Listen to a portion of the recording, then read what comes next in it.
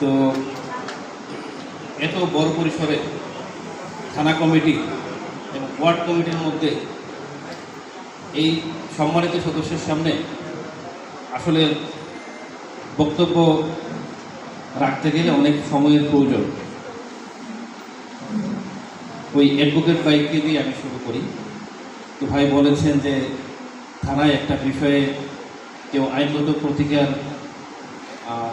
জন্য গেলে এটার সময় বিলম্ব হয় বা কাল বিলম্ব হয়, এটার সাথে আমি 100% সম্মত হয়েছি।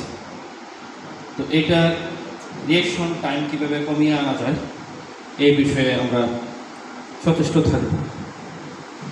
তো আপনারা জানেন যে এই এক এক জায়গার পলিসি এক এক ধরনের, বা ইন জেনারেল পুলিশিং তো আছে।